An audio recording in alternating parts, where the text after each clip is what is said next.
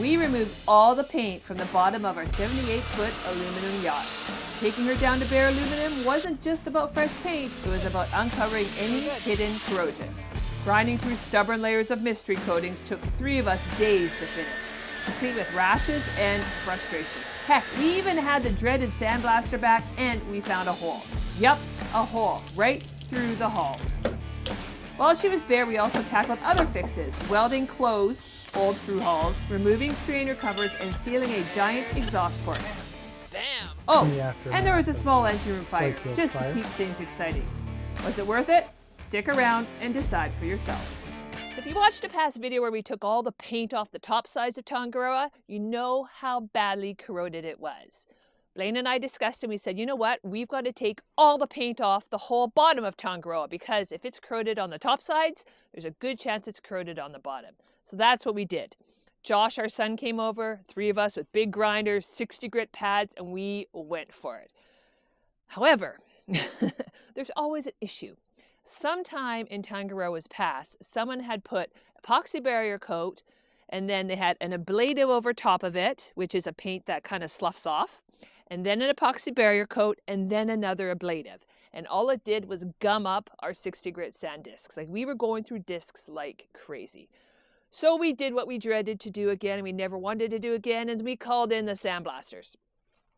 However, they couldn't even get it off. They got the majority of it off, except for this one coat.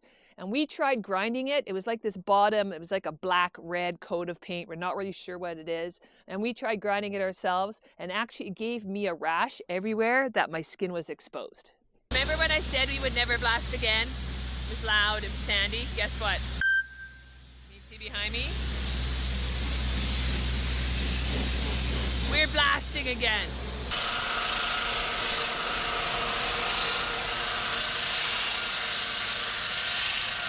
I never told you what we had to do, right? We only have to do up. No, you told me. Oh. Yeah. So we're good.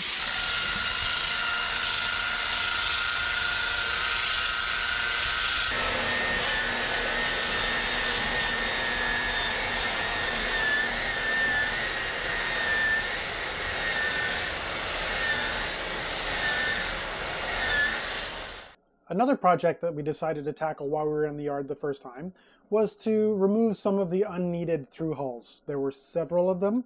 We had old air conditioner through hulls there.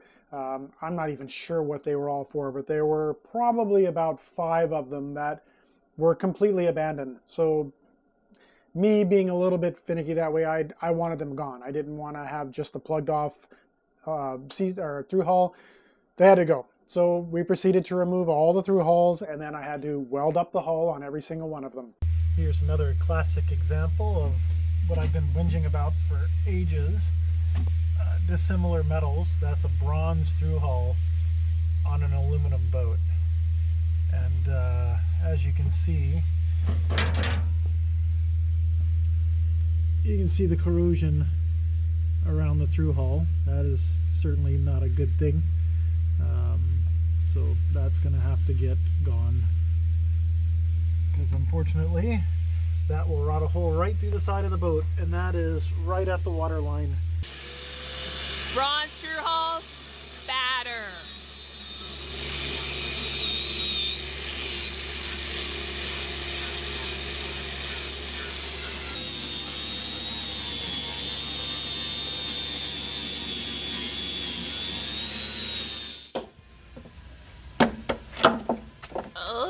It's not, oh, and now where'd it go?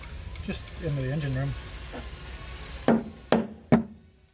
Uh-oh, oh, you gouged the aluminum. No, I didn't.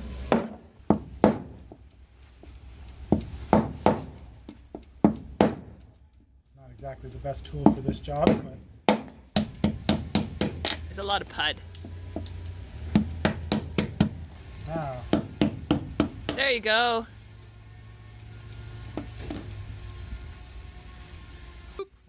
Right in. Oh, I missed him. Hey, what's he attached to? A hose. Oh. That's the bilge discharge for the underneath the starboard stateroom. Oh. That kind of fun. Mm-hmm. Look at all the pud. Same with this one. Oh, look at this, Blaine. That's kind of fun. Ooh. Okay. You can see it actually got moisture underneath it. So Yeah, that's why it came off so easy. So I'm glad we're doing this. Good job. So why is plastic and what was the other one? Bronze? Well, plastic isn't bad. Bronze is bad. Well, what are we putting back on it? All Marlon fittings. They're a fiberglass reinforced plastic. Okay. So But what was the bronze one? The bronze one, anything in marine environment is dissimilar metal corrosion. So it's galvanic action. So basically, if you have a bronze through hull onto an aluminum hull, you create a battery, and the weaker of the two metals is going to deteriorate, which in this case is the aluminum. So aluminum and bronze, bad. So this wasn't quite so bad because it was on top of a epoxy barrier, so it didn't do any damage on the hull itself on the outside. But if you look at this same through hull on the inside of the boat, you can see a bunch of corrosion around the nut of the through hull. So Nut corrosion, bad. well, it's not the nut that's corroding, it's the aluminum under the nut that's corroding. I know, it's just kind of fun to say nut corrosion. It is enjoyable. So now this one looks like when I was hammering on it, you can see a little indent, so I've got to take a little bit more of this ring away because it's actually smaller in there. Go get the grinder. It was just a dead through hull. It was just there to be pretty. Oh, and it's gone. Into the bilge. Gunk, gunk, gunk, gunk, gunk, That's gunk. okay, I had that bilge open right now. It's easy to get to. Go get those thruhulls, measure them, and get new ones. Yep. Are we closing that one off then? I'm debating. I will need a drain for the washer and dryer, the washer. Oh, there you go. That's perfect then. So. Ooh.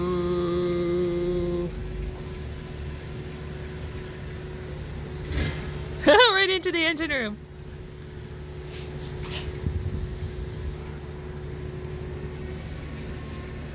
Holes in boats. That's cool. It fits pretty tight. I can't get it back out again. Uh-oh. Oh! You know how many times I pulled on that with my fingers? That wasn't tight. So is it ready to weld now? I've got to bevel this outside edge a little bit. And then that one's ready to weld. And then I got another one here. And then I've got another one underneath on the far side. Go, go, go. There's no wind right now for welding. I know. That's awesome. So that's all I have prepped right now. It's okay, that's 3 down. 3 down. Just do your best. Yeah. I can rotate it around the right way. I might be able to just melt it in on itself.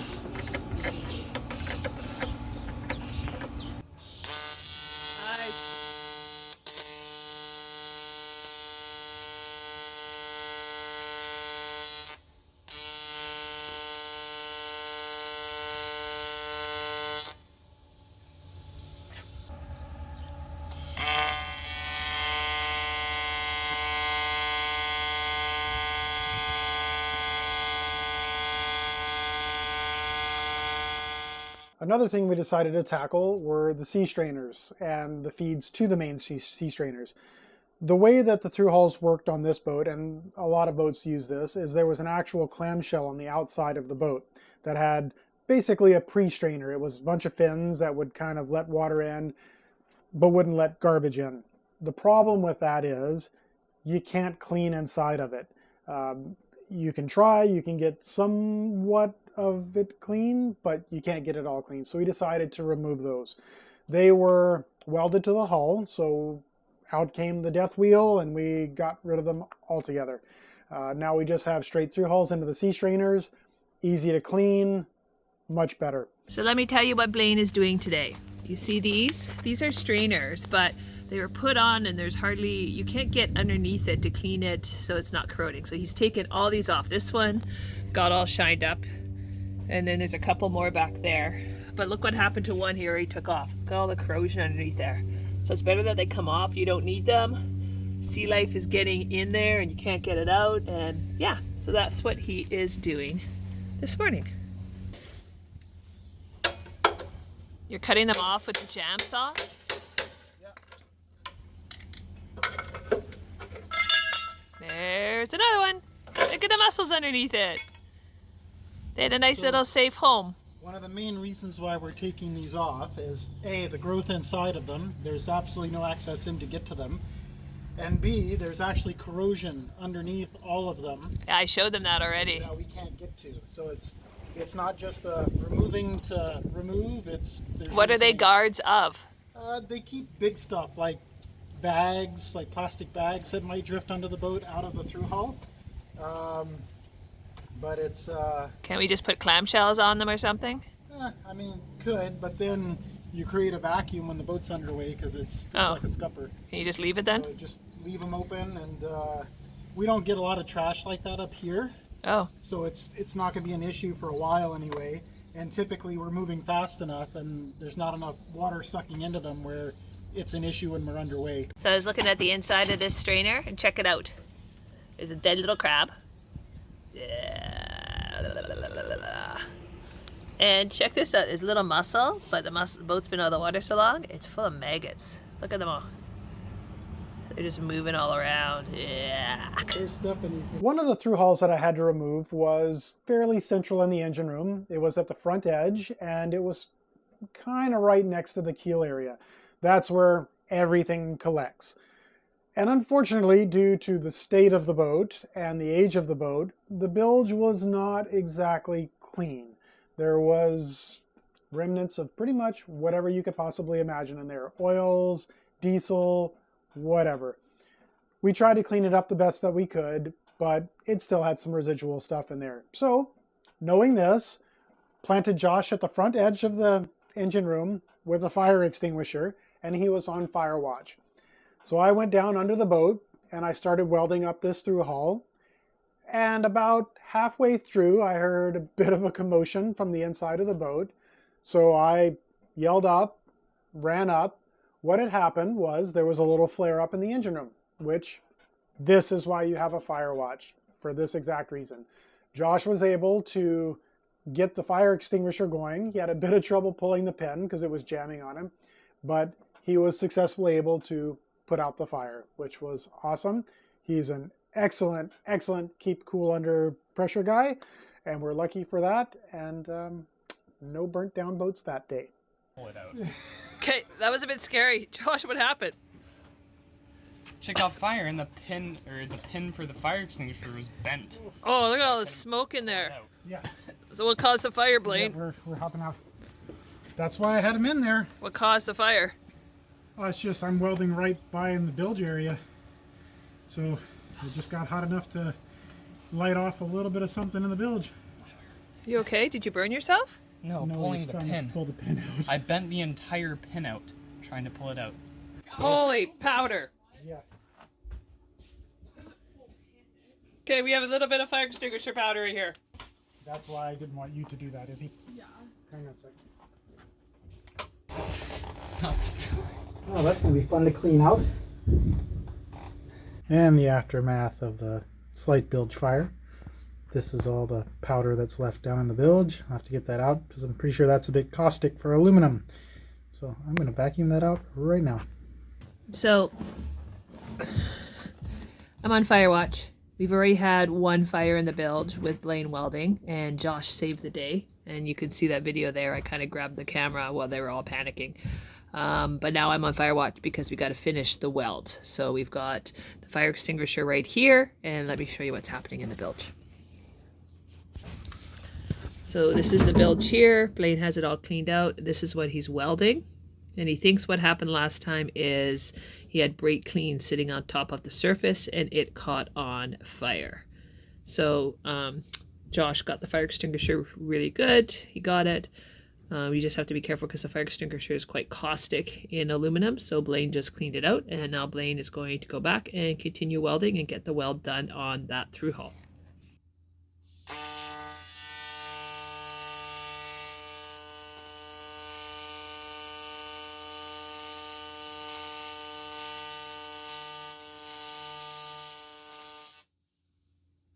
All good. Still good? Yep. So that was good. No fire. I was a little bit scared that I'd have to use the fire extinguisher because it's seriously a pain in the butt to get this caustic stuff out of the bilge, but it worked this time and no fire. So only Josh got the joy of putting out a fire, not me.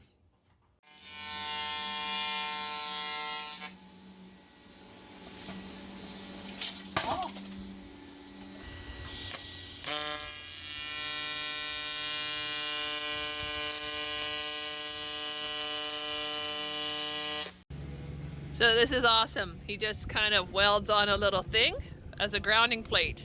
Blaine didn't do that. He kept trying to go through the through hulls, but this is an easy way to do it. And then you just see the joys of aluminum boats. They've got to hammer it in a bit so it's a bit more flush. And the tacks, when you tack welded, it allows you to still move it.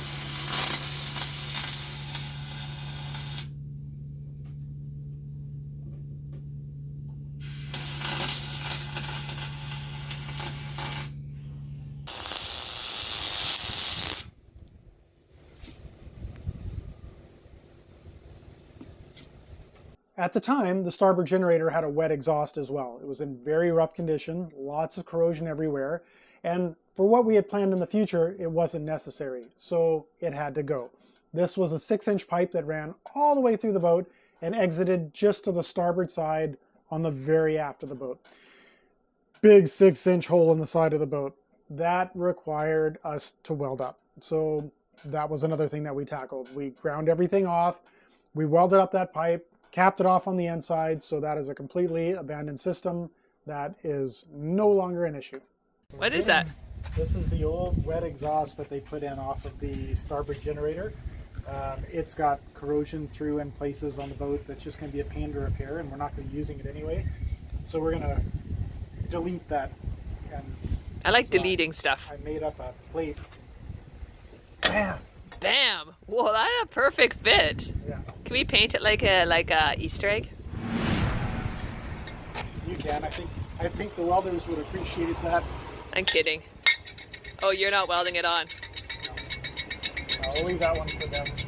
There's gasoline tanks from here back.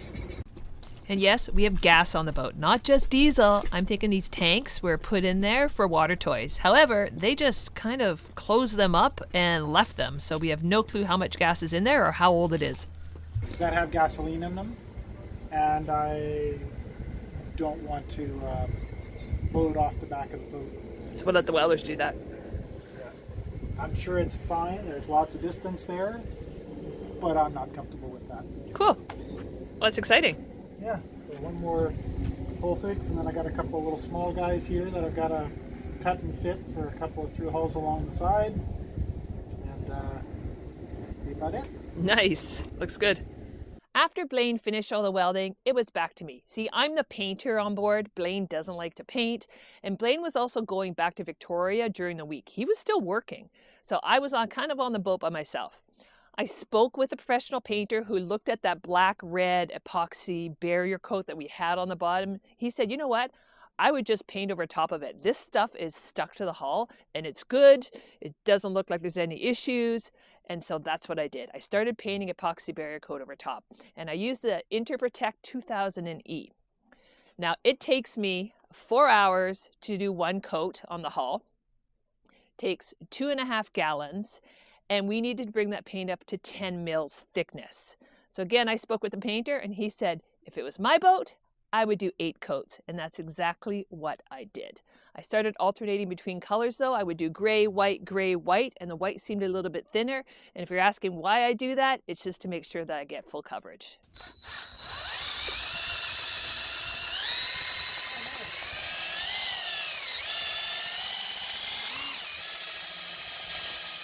Before, after. First coat of gray Interprotect 2000 is what we're doing, and it's going on okay. Looks good. We'll have to get underneath those after, under the chalks. But yeah, when you start painting, you realize how big this boat actually is. But yes, we're using Interprotect 2000 gray. You can see it right here. There you go. That's what's happening. After about the 4th coat of epoxy barrier coat, I actually used a filler, an epoxy filler, and filled all the little divots because that's where all the sea life gets in there. They get their little tentacles. So I filled it all, sanded it, and then put on 4 more coats of epoxy barrier coat. And then it was time to put on bottom paint. So far, you can see how many gallons of Interprotect that's been put on this boat and the coats. So we're at 5 coats. Blaine is just finishing off the 5th. And what has to be done now is everything has to be filled. So you see this, we're using a 3M filler and we're filling all the pinholes. Anywhere that sea life can get their little stuff in and kind of break it apart. So you just kind of want to fill it all. This is welds here. They get what, Blaine? Get their grubby fingers in. You don't want them to get their grubby fingers in. So everything's getting filled. The bottom of the keel was really bad. There was lots of little erosion. So you can see here what's happened. So we filled the bottom of the keel and we're going to run a little sandpaper over it after that hardens. The 3M filler actually hardens really quick. So you can see under there. And there's Blaine. Rolling. Hi, Blaine. Rolling, rolling, rolling. I think he enjoys this. He actually just really likes working on his own boat. It's nice brainless work that I don't have to think.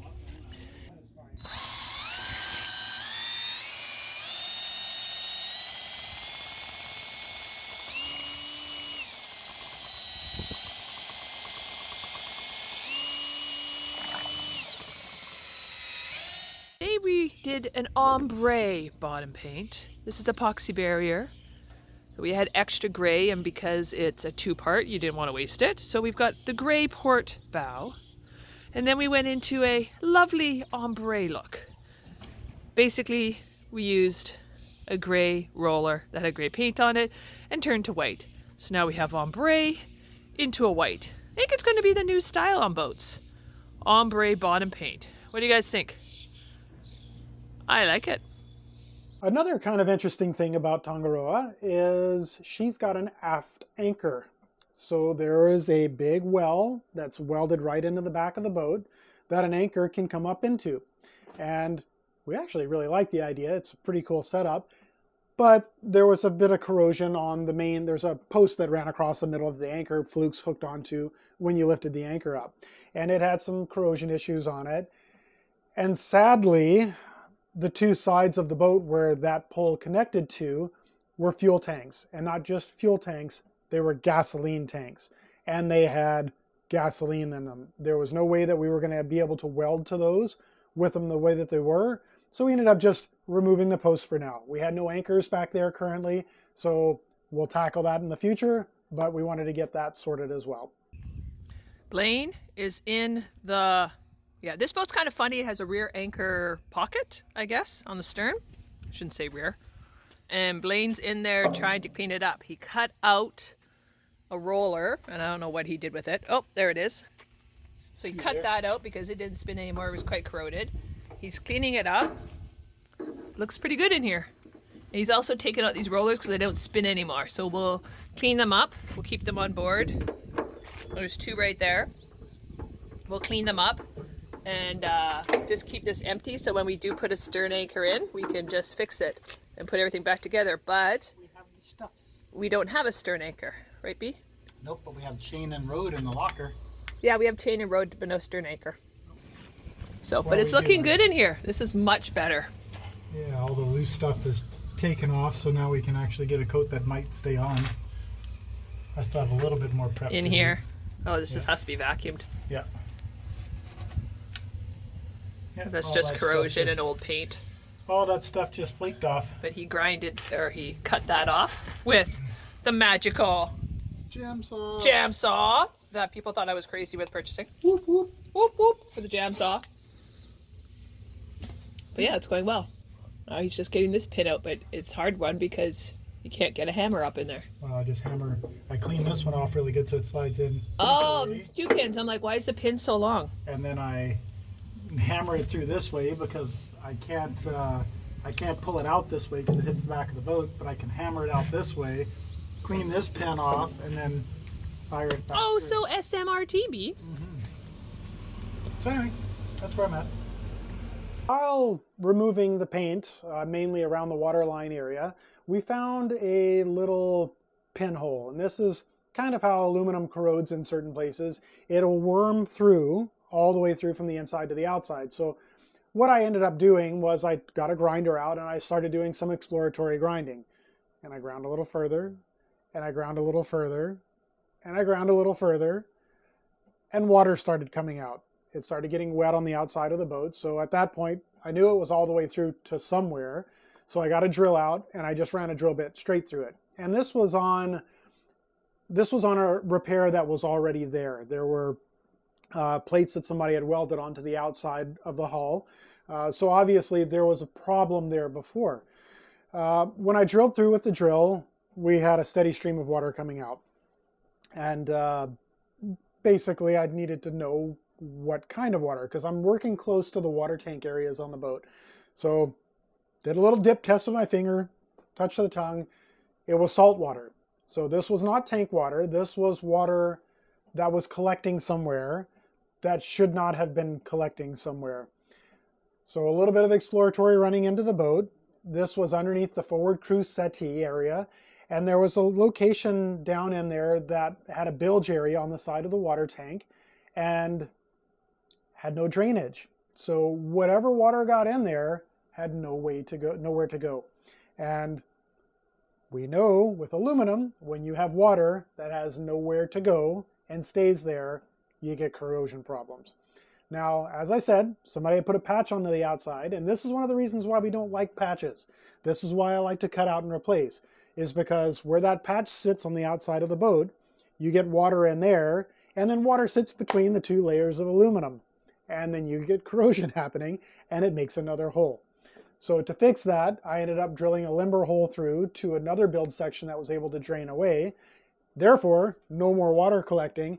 And I also ground away all of the corroded aluminum from the original hull area onto where the patch was, where there was no room for water to accumulate. So there was a big corrosion hole here, and I started picking at it, and I found something.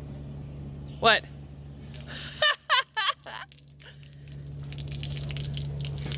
That's not supposed to come out of the bottom of the boat. No, and guess what's even better? What? That's salt water. What? That's salt water. Why is that salt water? Salt water from where? And there's a little bilge in there that, Bah! yeah. So that was trapped salt water that was in there. That's salt water.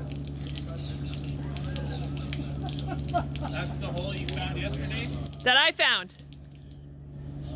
Yeah, I just hit it with a burr and poked through. Oh. And that's salt water. That's not Got fresh water just sitting in the hall there.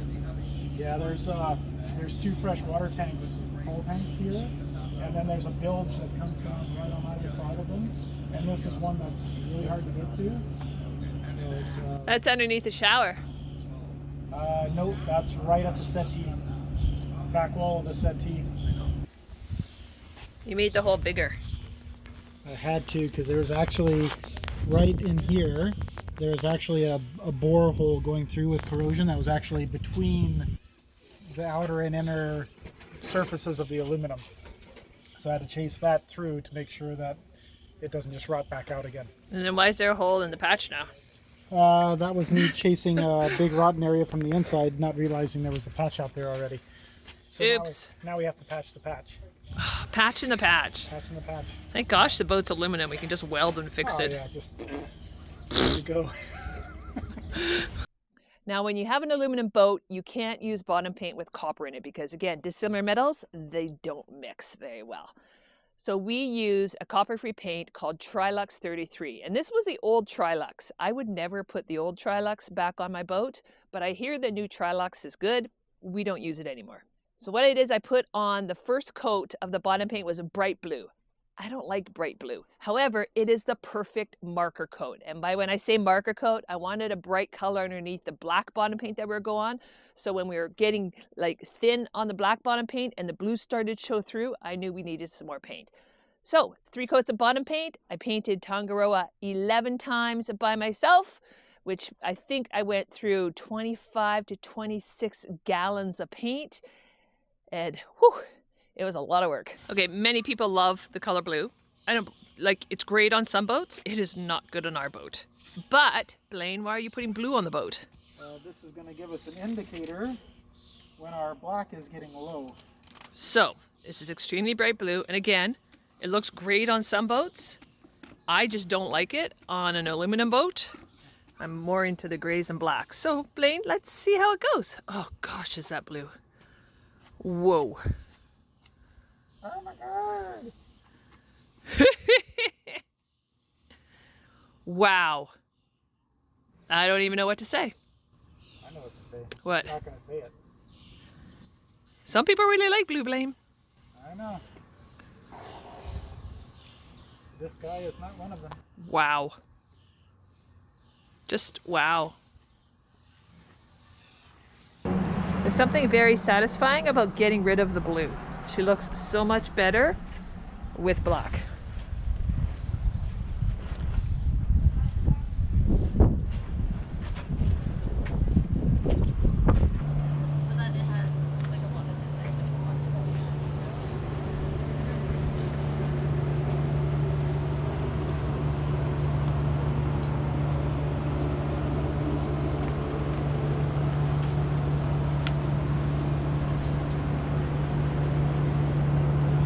We also put a really nice dark red boot stripe on Tangaroa. Both Blaine and I think red looks great with bare aluminum.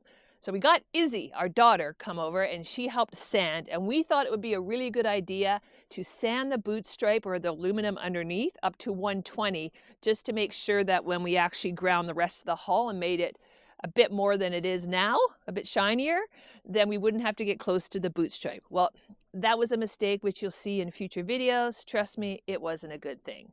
But with Izzy helping, we got the Interprotect 2000 Yacht and we painted a beautiful dark red boot stripe. The first coat of boot stripe is on. Is that crazy? So this is All Grip Claret, whatever, C-L-A-R-E-T. So it's put on, yes, it's very shady, it's got no coverage because it needs about 7 or 8 coats. But it's so nice to see the color. Ignore the blue because the black is going to come all the way up to the maroon. What do you guys think? Maroon, black, maroon, and then gray hull? I think that color scheme's good. Then imagine a nice black shark's mouth. Right there, it's coming, we promise you.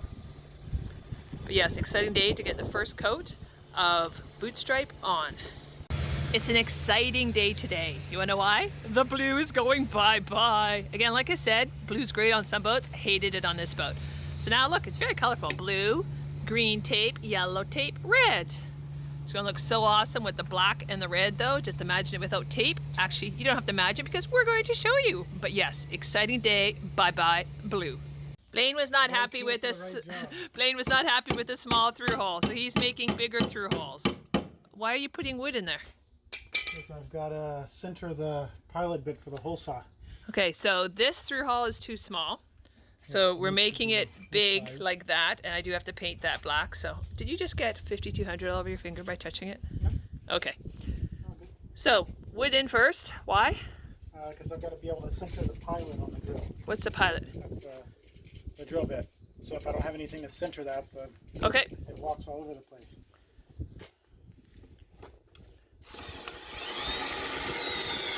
Ah, more holes in the boat. Not more, just bigger. Bigger holes in the boat.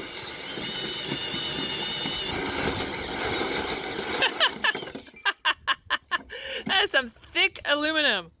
Holy cow. Look at that. Look how thick that aluminum is. Oh my gosh, that's like, there's my finger. No wonder it took forever. And now we'll put in some through holes. Done? Done. Yay! So we gotta take the bottom paint off first because you don't put through holes on top of bottom paint. The final thing that we had to do before splashing was to take care of all the spots that were blocked by boat stands, by blocks under the keel. So they put us in the slings overnight in the travel lift, and we hit all those spots, got as many coats on them as we could, so we were ready to splash first thing in the morning. This is exciting. We are going back in the slings. It was 10 weeks today, 10 weeks tomorrow that we came out. We're going to the slings for the night just so we can get underneath where the blocks are, because I'm sure there's some squished starfish in there, and we got to get some bottom paint. But yes, this is quite exciting. She's going in the slings again.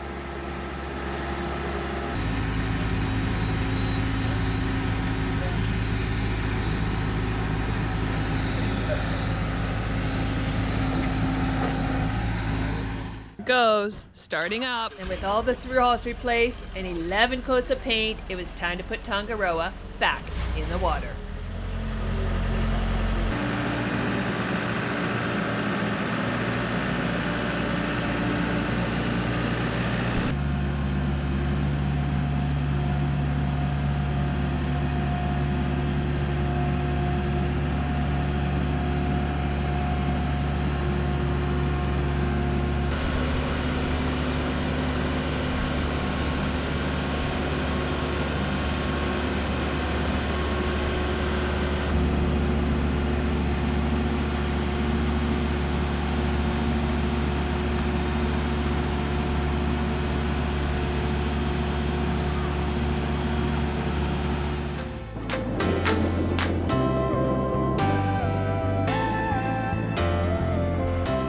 If you're curious about how and why we stripped Tangaroa's topsides down to bare aluminum, check out We Removed All the Paint to Save Our 78-Foot Yacht's Aluminum Hull. It's a story full of challenges and hard work, all to protect our classic aluminum yacht.